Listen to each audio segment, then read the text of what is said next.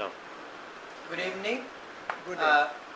Today is July 6th.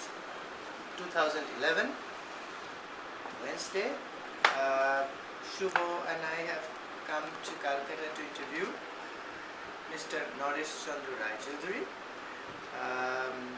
He was with the Indian Audit and Account Account Service. and worked there for a very long time. So Naresh, now what is your desh? When people ask, what's your desh? What do you say your desh? Your desh. Desh. Desh. What is your desh? Dates. Desh. Desh কোথায়? দেশ আমার কোনো দেশই নেই, আমি এখন পশ্চিমবঙ্গে থাকি। But when people probe you, what do you say? আমার কোনো দেশ নেই। দেশ মানে আমি যে বাড়িটা নিজের What's your ancestral home? ancestral home ছিল বাংলাদেশে উলপুর গ্রামে। Program. Have you been there any time? হ্যাঁ, আমি দু একবার What kind of memory you have? ছেলেবেলায় গিয়েছি, ওখানে আমার খুব ভালো লেগেছে। লাস্ট গিয়েছিলাম 1942 দুর্গা পূজার সময়। And tell me English. Actually, I visited during Durga Puja of 1942. I visited Ulpur during the puja of Durga Puja of 1942. So how was Durga Puja like? Do you remember? Oh, that was a very interesting and impressive ceremony that I faced. I participated also. I remember there was a puja in our house on Ashtami day. There used to be sacrifice of a buffalo, and on other days lots of sacrifices of goats, what we call in Bengali chagol. Now, who else was there in the village? Who else used to live there? Actually, I hardly have any. I was 6-7 years old at that time. I was studying in Calcutta. I went there for this With your parents? Did you go there with your parents? With my parents, my brothers, my other sisters. How did you go? Do you remember? How was the trip like? The journey used to be very interesting. We used to start from Calcutta by train, go up to Khulna by train, and there we had to board a steamer. The steamer would take us straight to our village, Ulpur, but we had to always use a boat. From the steamer station to our house, we had to go in a boat. Oh, can't you? So how long was it used to take? How many hours? How many days? Many times. I have no memory or even I don't recollect. Now, you know, since Wilpur was a famous place and I have been there, do you know anybody who left that place because of Ulpur was a Hindu majority place, this village. Now, do you know of anybody who left Ulpur because of partition? Well, I was very young at that time. But so 47, do you know any other relations, distant relations or in our own family, or extended family? all of us used to stay in Calcutta, so there was no problem of any migration or illegal coming back to India or something. But in other families, I heard that they came off and on, depending on the situation and their own inclination to stay there or to come back to come to a safer place called India. Why so? Why so? Because there was the risk of being annihilated by did the you, Muslims. Have you ever heard of people being victimized? Did any of your relations, or did you hear second hand, or In our village, you see, 90% were Hindus. There's absolutely no question. yeah?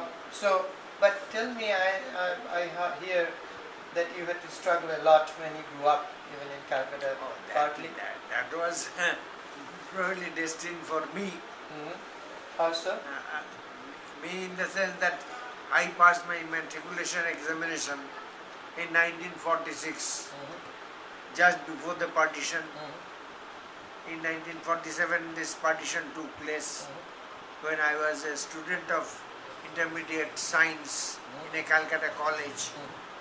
Then the Education. Calcutta riots started in August 1946, Yeah. and this dislocation of education for us, we were mere students at that time. Yeah.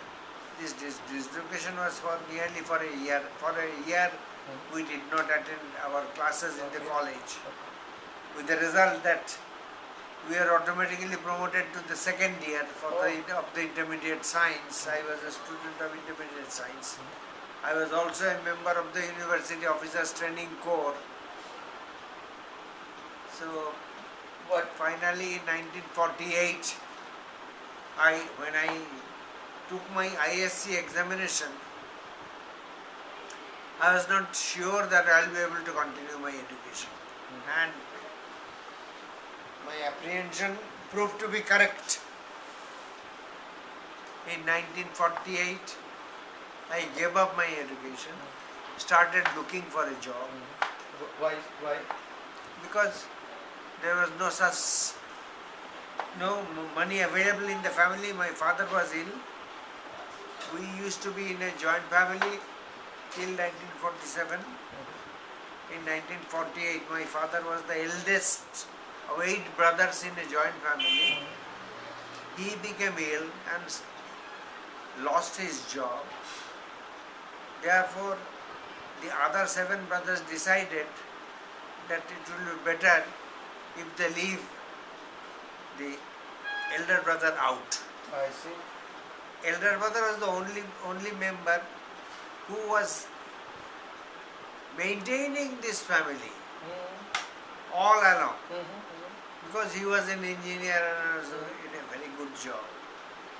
But he lost his job in around the time of partition, because war had stopped and he was working in a department which was directly concerned with the Second World War. So, and he had 3 sons, I was the second son, and the first son was studying for his degree in medicine. He became a doctor later. I passed my ISC in the same year, 1948, when my elder brother passed his final MB examination. In those days, it was only an MB, not MBBS. Therefore, and he had to undergo a training called pre-registration clinical assistant, or PRCA, which took 6 months, without which they will not get a degree, this registration number for a doctor.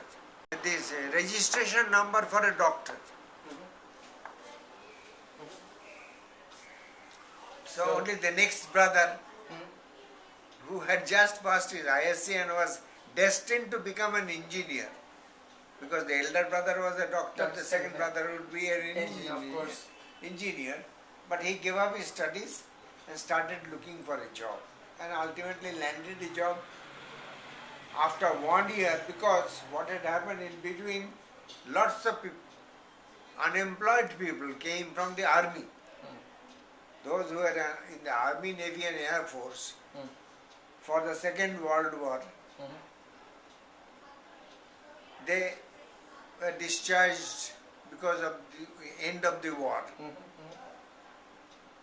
So the job market was very difficult, especially for a young man like me, who was hardly 18, 19 years old, to get a job. So I waited for 1 year. I learned shorthand and typing. Nothing came out of it. Then somebody helped me in getting a job for a month in a company, in a renowned company, for as a leave substitute clerk. See?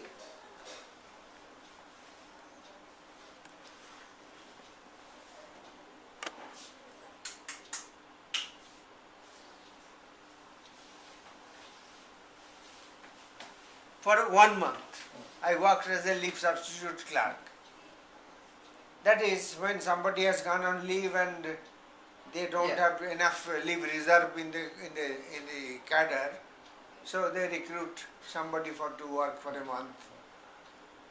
Then after 1 month, I was asked to go back home. Then again they called me for 15. After 15 days for another 2 months. Like that it went on. Then I started thinking that if I had to work like this, it is better that I try to get a degree. I had only my educational qualification was only intermediate science. So without a degree you can't get a good, reasonably good job. So I got myself enrolled in an evening class, and from science stream I switched over to commerce and started studying BCom. So in 48 I passed my ISC. In 1952, that is after 4 years of matriculation, 4 years of Evening course.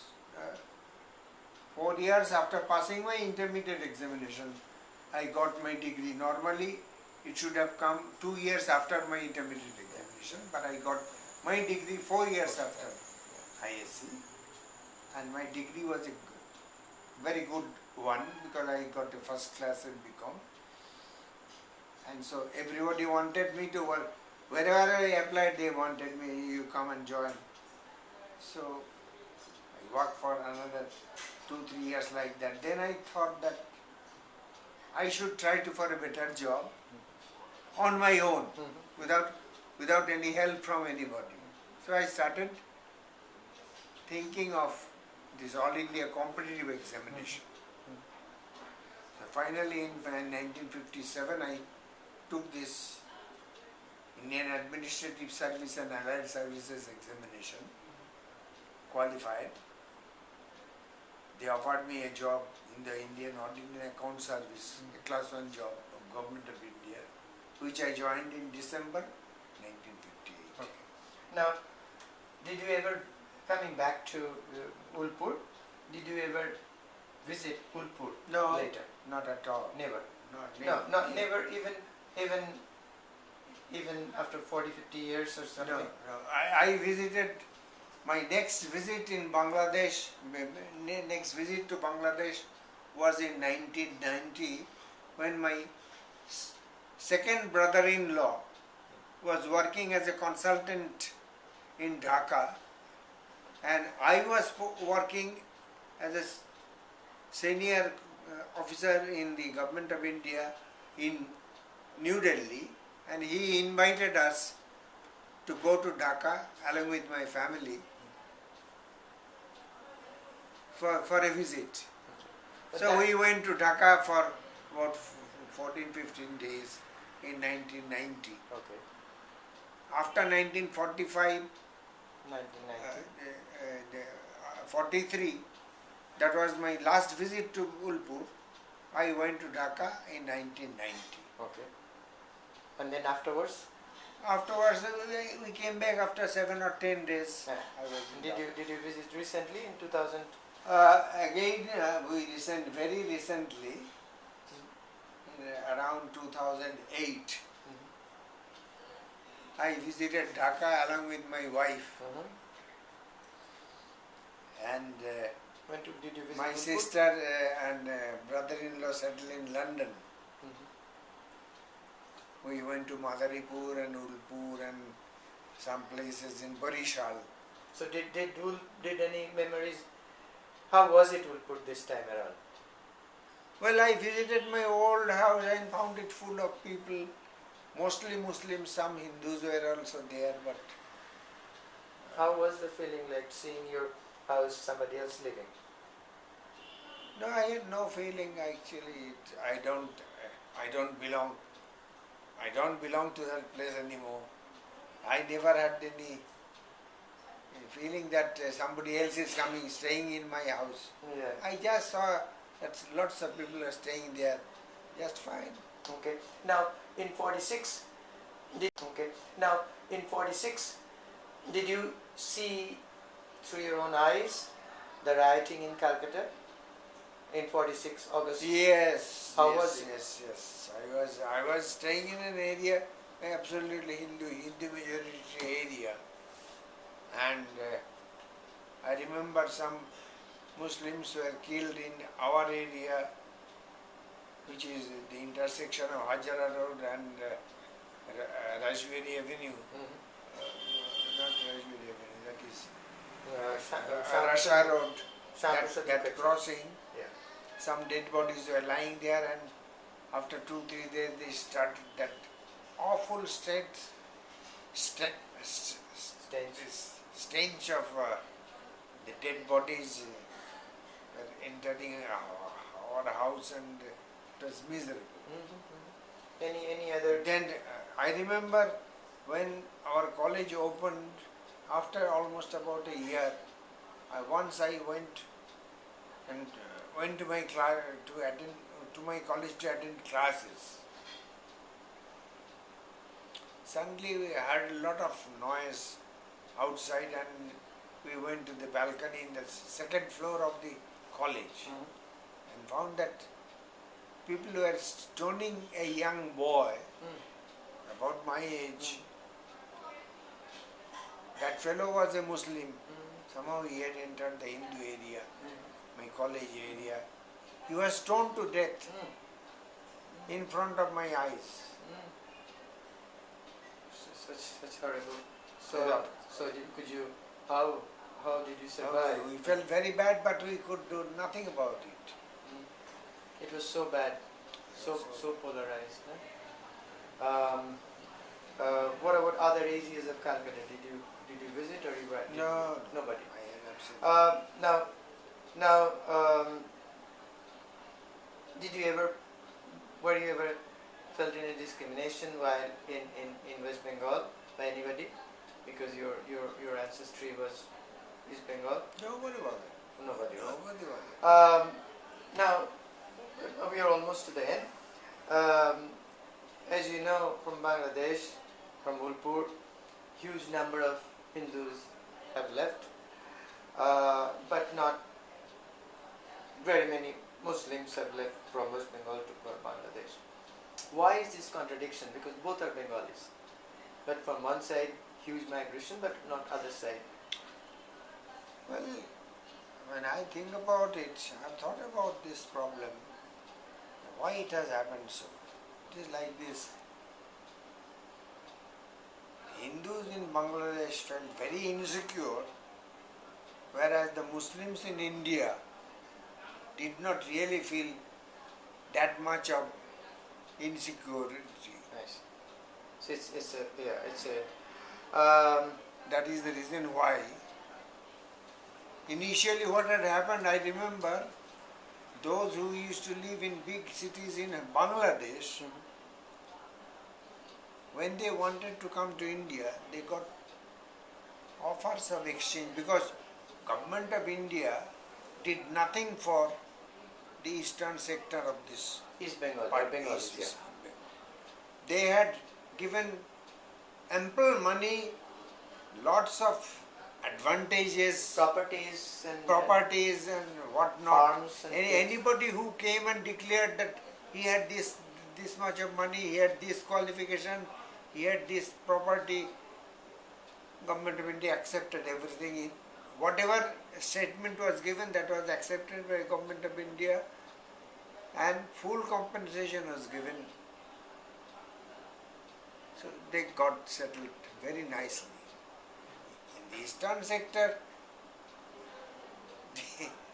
the story is a much longer story.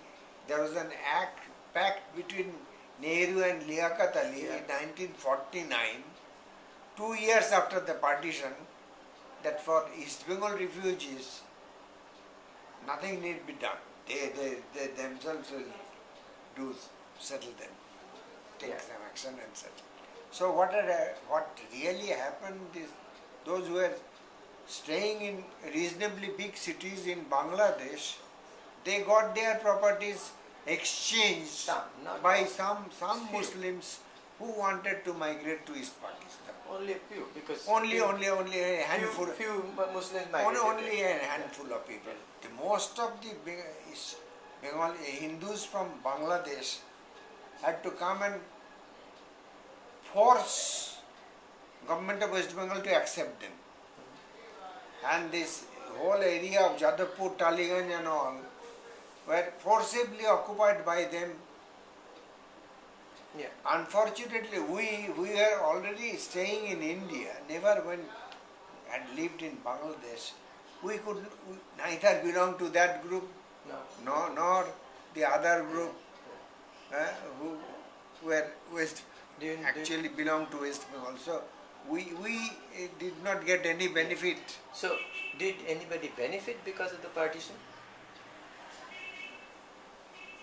No, not to my knowledge. I see on my posting in Delhi. No, I don't mean just within India, in Bangladesh or Pakistan. Did anybody benefit? Well, the benefit came mostly to Muslims, I think, because they got many things free. Hindus left because of the fear of life, fear of losing their family, and they came to India. So can Hindus and Muslims live together? I don't think so. Just not. Now, is there anything else that I didn't ask you? You forgot, or you want to add? I think you have asked me more questions than I liked. Okay. Thank you very much for your time.